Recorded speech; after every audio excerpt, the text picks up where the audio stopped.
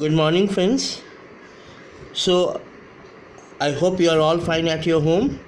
Now, today is the this will be the last the chapter will be end today. This chapter is that is rights in the Indian Constitution will be end, and tomorrow I will start another chapter. So now, I told you about the directive principles of the state policy and fundamental rights.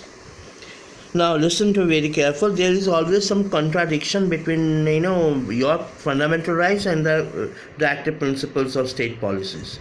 So at times when government intends to implement directive principles of state policy, it can come in conflict. It can come in conflict. मतलब झगड़ा होता था with whom? With the directive principles right of the citizen. Directive principles and the right of citizen, इन दोनों के बीच में झगड़ा होता है, बेसिकल कॉन्फ्लिक्ट होता है, which is much more important. This problem arose when the government sought to pass laws to abolish zamindari system. I told you right to property was earlier, it was your fundamental right, but after that it was abolished. This right was abolished. Now it's a simple right.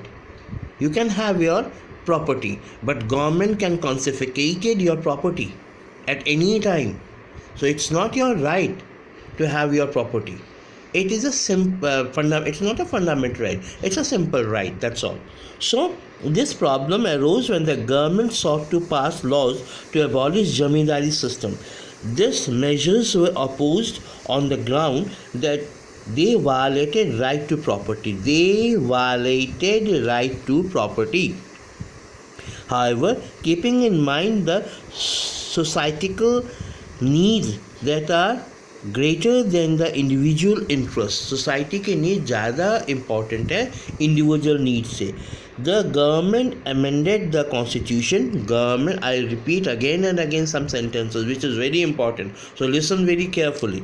Government amended the constitution to give effect to the directive principles. Government ने जो कुछ amend किए directive principles के लिए, ताकि इनको directive principles को और ज़्यादा इफेक्टिव बनाया जा सके. This led to a long legal battle. The executive and judiciary took different position.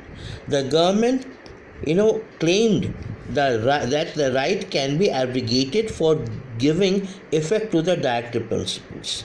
This argument assumed that the rights were a hindrance to welfare of the people, that some rights were hindrance for the welfare of the people. On the other hand, the court viewed that fundamental rights were so important and sacred that they cannot be limited even for purpose of implementing directive principles. This India is a democratic country. In democratic country, we have good fundamental rights, and the Supreme Court says that you cannot violate any fundamental right to implement the goodness of directive principles. It means fundamental rights are more important than the directive principles. Okay, next is, this generated another complicated debate. एक debate तो हो ही रहा था, which is powerful.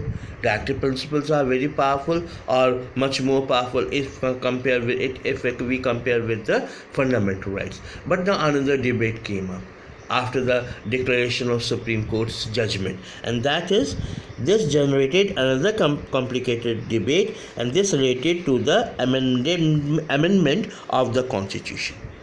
Constitution को amend किया जाए.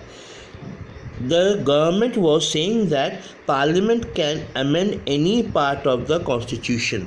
ध्यान से सुनो इस बात को कि the government was saying that the parliament, आपका parliament जो है, can amend any part of the constitution. constitution के किसी part को parliament amend कर सकती है, ये गवर्नमेंट कह रही है. The court was saying that the parliament cannot make it like this. और कोर्ट क्या कहती है? पार्लियामेंट नहीं कर सकती जब भी चाहे वो किसी भी constitution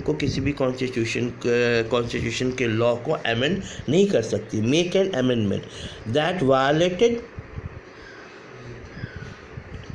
that violated fundamental rights, और किसी भी फंडामेंटल राइट्स को वायलेट नहीं किया जा सकता, किसी भी कॉन्स्टिट्यूशन के किसी भी लॉ को अमेंड, धारा को अमेंड नहीं किया जा सकता, और ना ही फंडामेंटल राइट्स को कॉन्स्टिट्यूशन का जो पार्लियामेंट है उसे अमेंड कर सकता है.